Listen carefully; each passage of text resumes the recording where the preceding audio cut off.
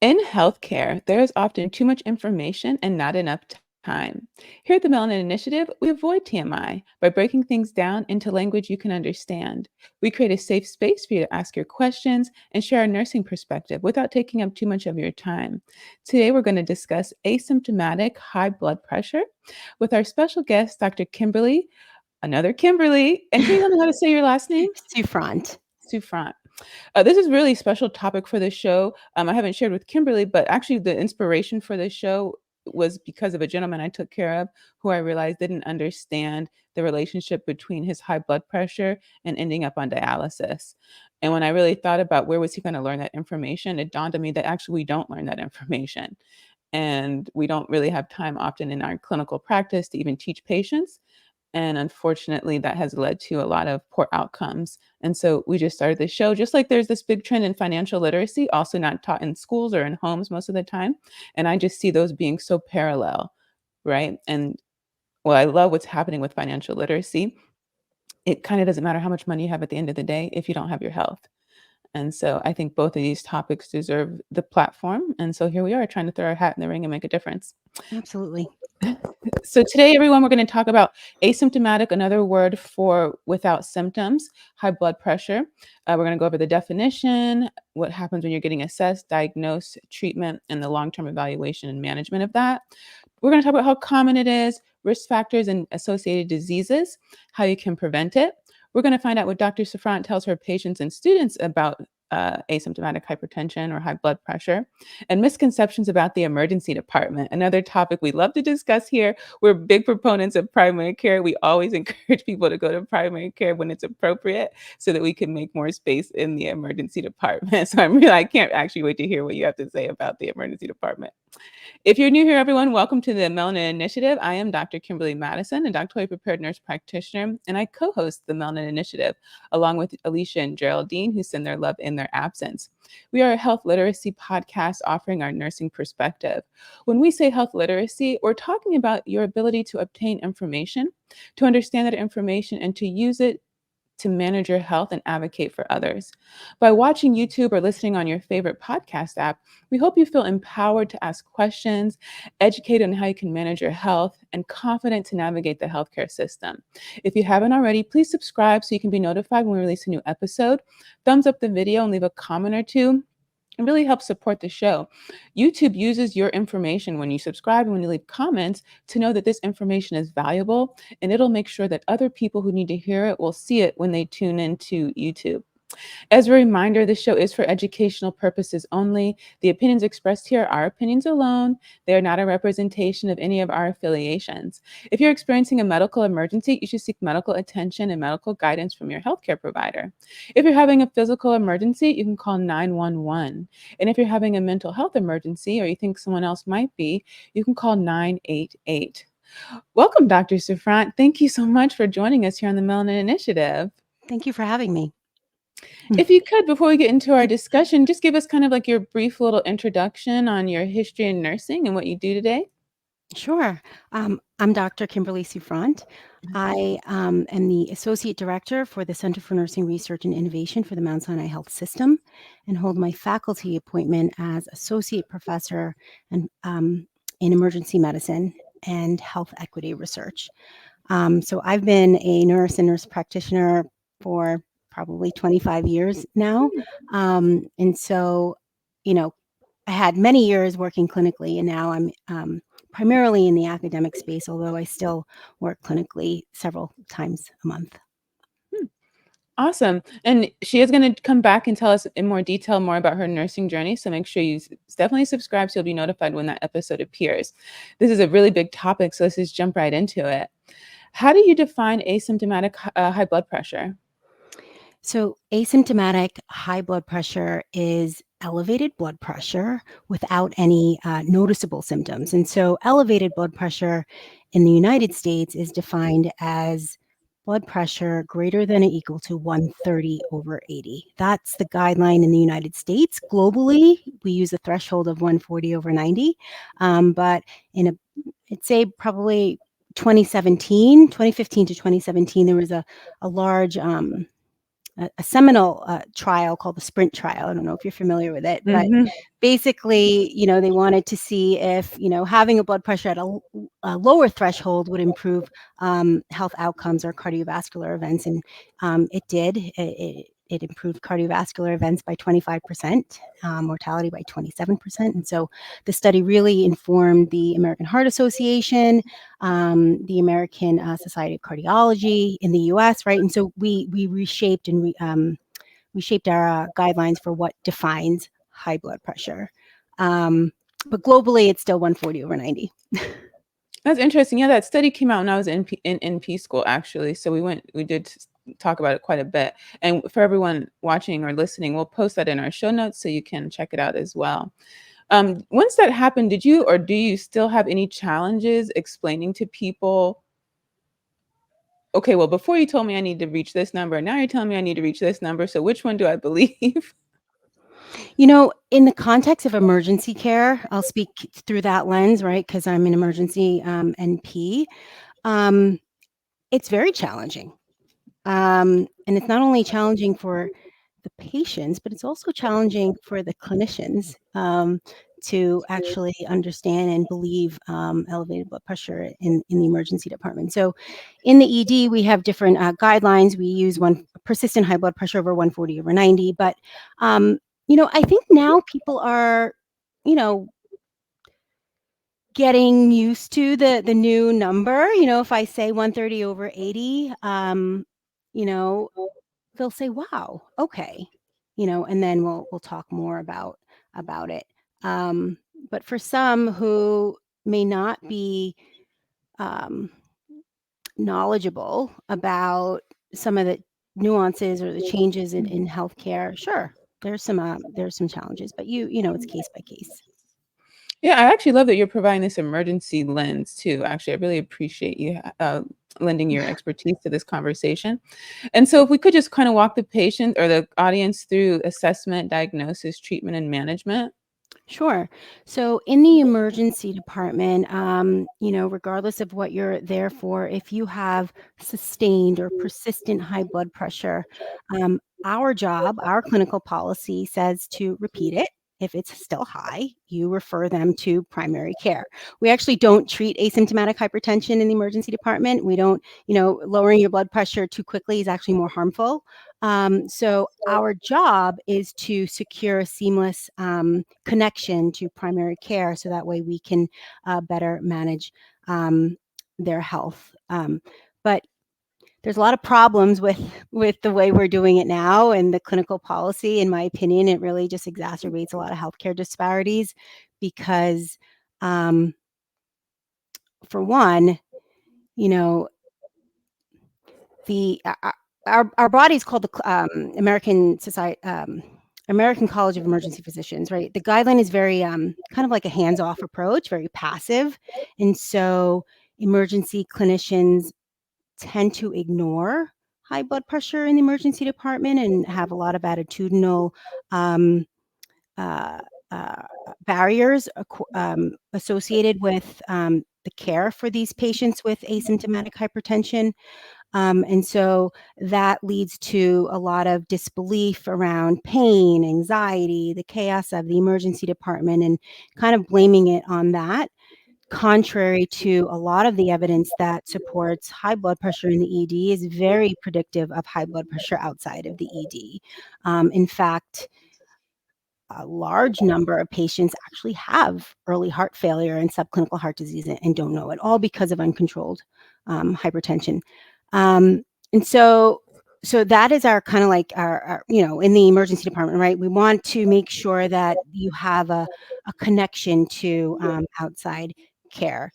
But it's challenging, right? You're in the emergency department. I can tell you to follow up, but what does that mean?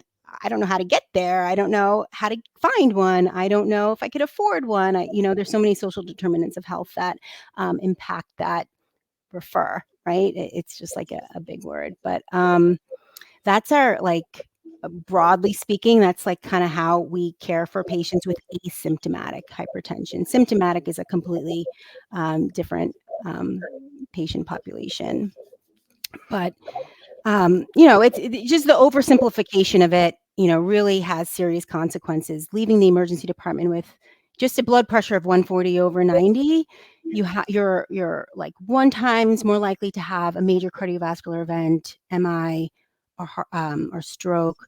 And as that blood pressure increases, you're 2 times as likely, right? So high blood pressure in the emergency department is definitely real, and it's not transient. And this is an area you've been studying for some time, right? That's kind of what even caught my attention about you, was the fact that you had this listed.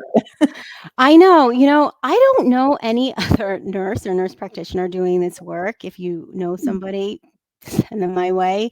But, yes, I've been doing this probably since 2008 when I began my PhD, and then onto my postdoc and some other career development awards. But it really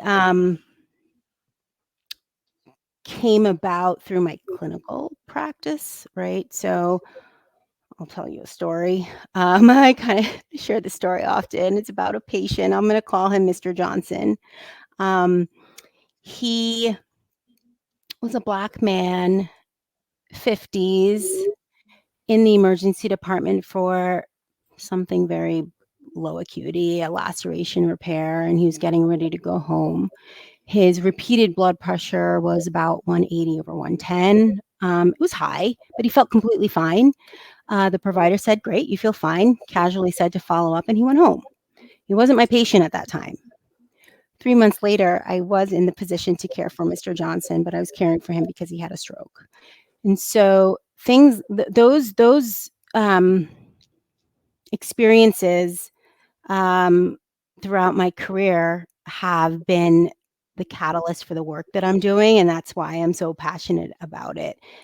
So spending a lot of time trying to dispel the beliefs around high blood pressure in the emergency department has been kind of like it's just been my career for the past 10 to 12 years. But yeah, so that was, a big catalyst for what I'm doing. I think it's really important work because even though we're calling it asymptomatic or without symptoms, most of the public, that is their understanding of high blood pressure in general. They're going to tell us, I don't feel hyper, I don't have a headache. They're going to go over these lists of symptoms that they don't have, and therefore there's not a problem, and therefore I don't need to take this medication or follow up with anyone.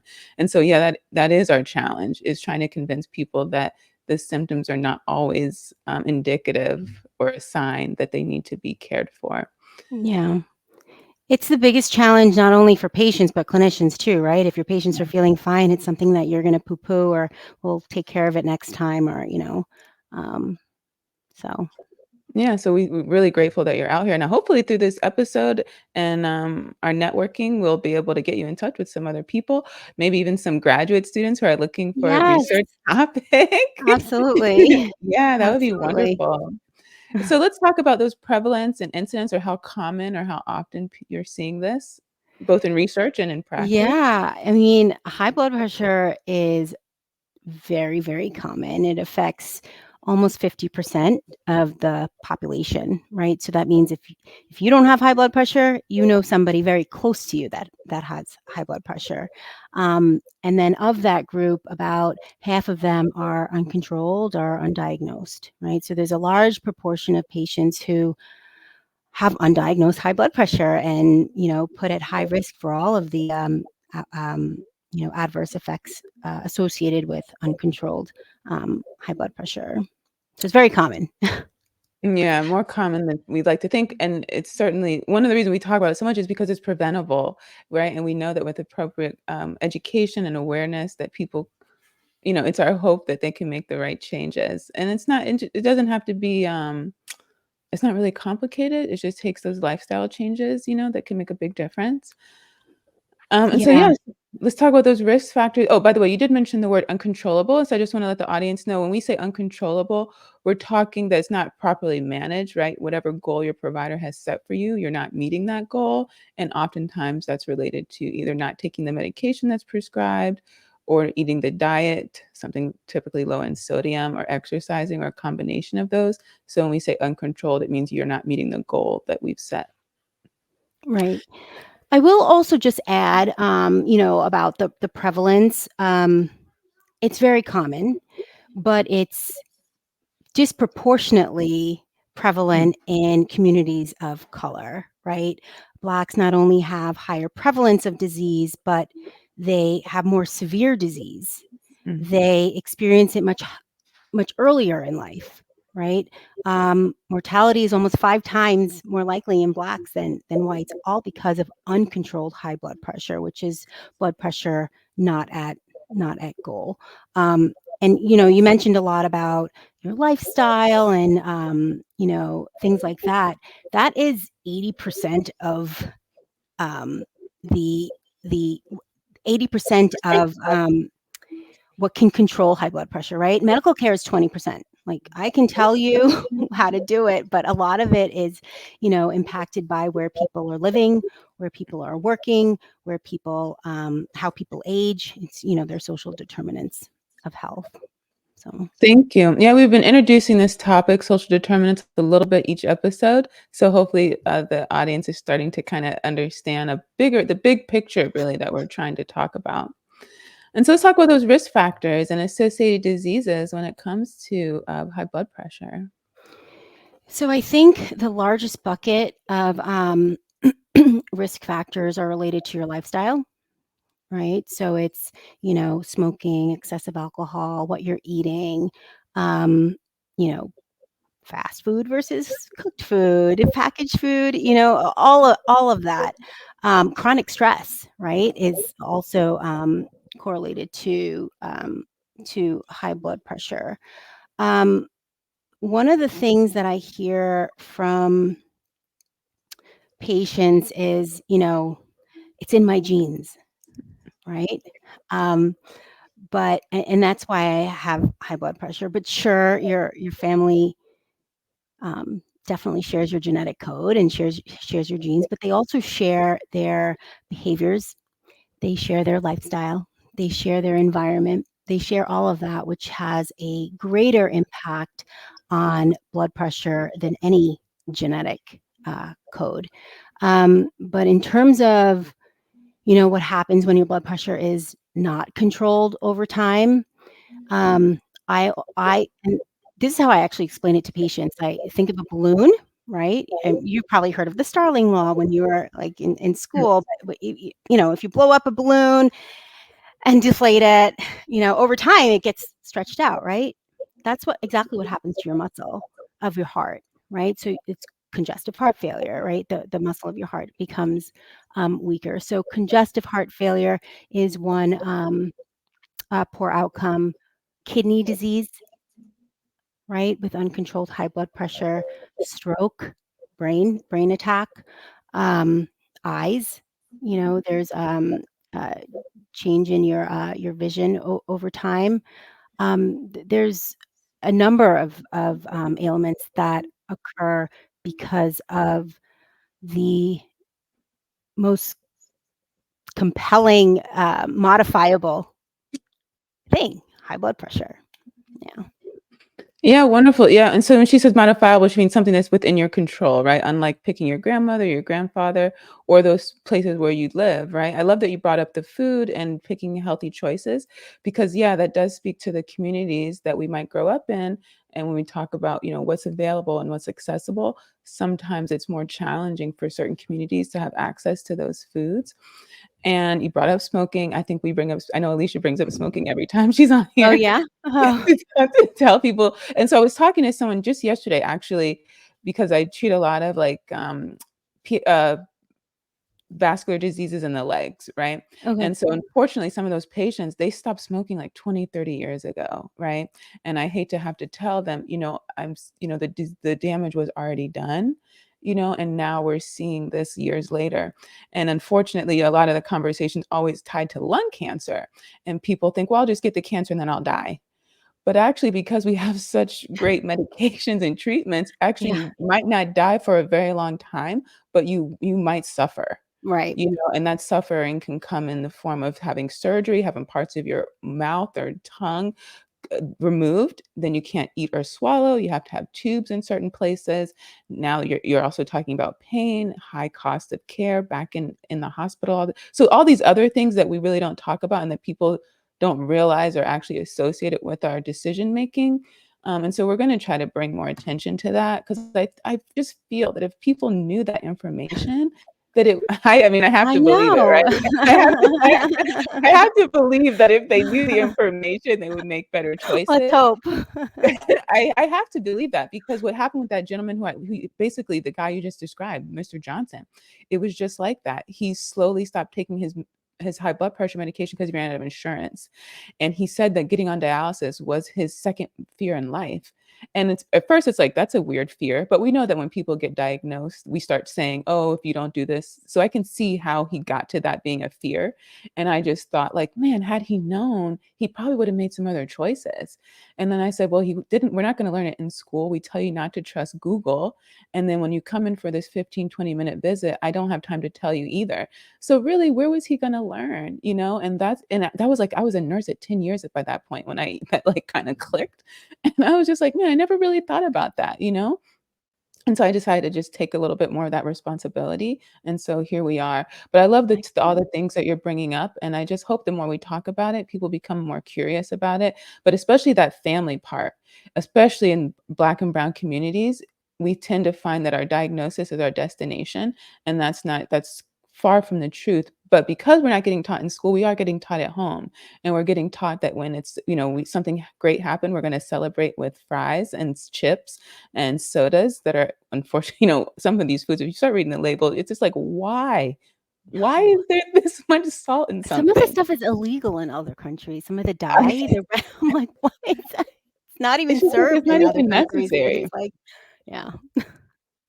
Okay, so you did kind of give us a little hint on what you tell your patients, and what about your students when it comes to treating this condition? I always tell them to not downplay the Mm, situation, right? So many times, you may check a blood pressure. Oh, you're feeling a little anxious right now, or, there's a lot going on, you know. But like when you downplay it, your patients end up downplaying it, right? Instead, you want to say to a patient, wow, your blood pressure is elevated today. Let's recheck that, right? Um, high blood pressure over time can lead to heart congestive heart failure, you kinda just list it off, right? But all of that won't happen if you can control your blood pressure. So how about we just confirm, this blood pressure, right? Rather than saying, "Oh, you're fine," because that happens. It happens. And not only from the nursing lens, but ancillary staff as well, right? Going into maybe it's in a primary care setting, they check the vital signs and they may say, "Oh no, it's fine." It's not fine. It's not. So that's one thing that I always tell students: really, just show your concern because there's consequences. yeah, and the evidence shows, even though, we can get a little jaded sometimes, the evidence shows that when patients hear it from us, it actually does make a difference, It does. And It sometimes does. it's hard to believe, but every time I read that, it gives me, motivation, like, "Okay, let me just I talk," know. I you know? know. It does. It does. So they listen. They listen for the most And you're part. Yeah, and you're right, it because taking those pressures are so routine, especially in the hospital, that sometimes we forget to tell the patient, and that dawned on me too, I just finished my task, I'm gonna check it off, and I forgot to incorporate the patient with that, and so when I say, "Oh, has anyone ever told your blood pressure was high?" And they say no, actually, I kinda believe them, that's probably happened, and so I did spend time explaining, like, in this setting, this number is fine for us because you have acute issues going on. But outside of the hospital, we would have a longer conversation about managing or lowering your blood pressure. Right. Yeah, And I think that absolutely. that might be a little bit confusing for patients, but I mean, I'm sure if we take the time to explain it, they can understand complex things. Yeah, yeah, and they should know their numbers, Mhm.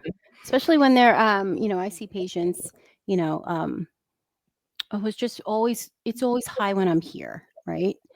But then it's like, well, what's your blood pressure when you're not here? Oh, I don't know, right? So you want to make sure you follow that through and ensure that they have either self-monitoring at home or go to the pharmacy, check your blood pressure, but you should log it somehow in a couple weeks, come back, let me know those readings, and then we'll go from there. Yeah.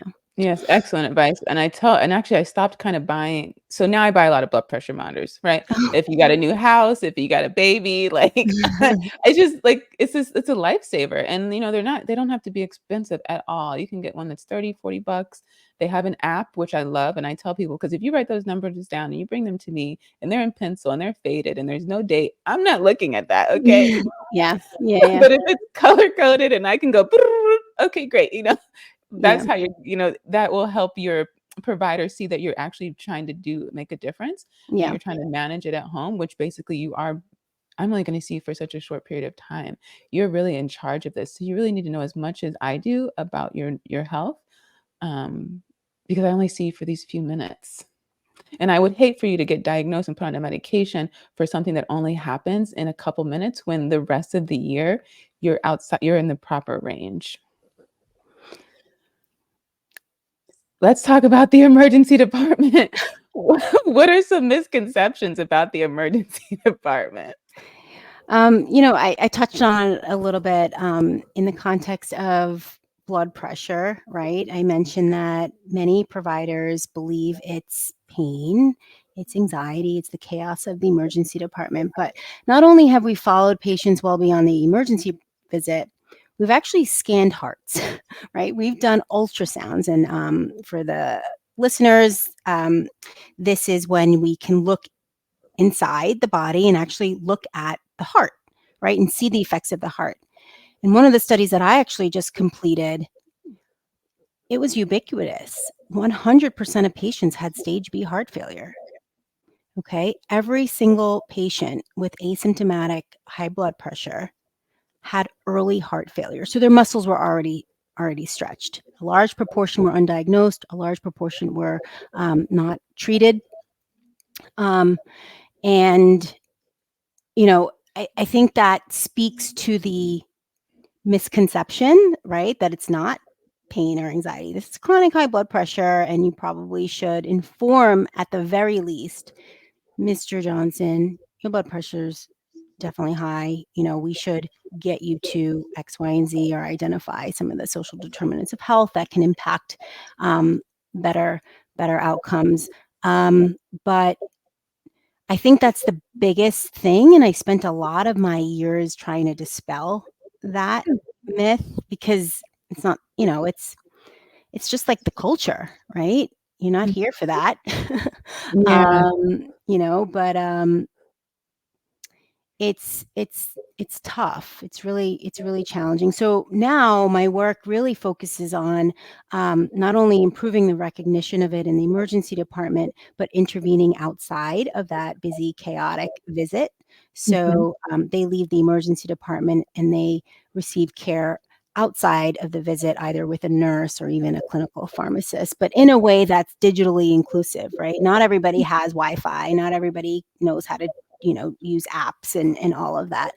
And so some of my work is around kind of capturing these patients and not letting them go, and just making sure that they have the right care.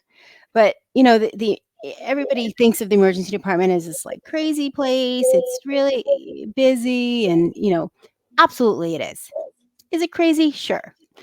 But there's some organization to it. It's organized chaos is how I see it. We know exactly what we're doing. We know where things are. Organized chaos is how I describe it. Um, but yeah, that's the emergency department. Before we close out, I want to make sure that we're kind of always bringing everyone to the table in our discussions. And so we've talked about Black and Brown communities. Are there any other vulnerable communities that we should at least mention when it comes to either age, gender, LGBTQ plus communities, multilingual people, when it comes to this topic? Yes, absolutely. So you've named a number of them. I would add deaf and hard of hearing patients. Disparities in their care are are rampant, right? LGBTQ communities, and not only Black and Brown, but women, female, right? Just being, the care is, there's disparities in care there. And when compared to, a white or um, a non-ethnic patient and participant. But I think now, unfortunately, this is not something new to us, right? But things were highlighted with COVID and all of that, and I think now there's been a lot of effort to close that gap with disparities in care, and trying to give people what they need um, to achieve health equity. So. Well, thank you so much. This is a really great conversation, and I love that it's building on the topics that we've discussed. We have done an episode on high blood pressure, congestive heart failure, stroke, and we've talked about heart attack. Not a dedicated episode, but we have talked about it. And so, what we invite the audience to do is just keep coming back because we want to just keep building. Because healthcare and these diseases can be a little bit complex, can be a little bit overwhelming sometimes. And so that's why it's important to just take it one step at a time, one day at a time, and build your knowledge from there. We share this information not to be scary, but to empower you so you can be informed and make the best decision for you and the people who matter. How can people connect with you? So they can connect with me on IG, on LinkedIn, through my email, but I'm on, various platforms for social media. And we'll include her links in our description box. Thank you so Mhm. much. Remember, everyone, you can email us your questions and show ideas to tmi.melanin@gmail.com.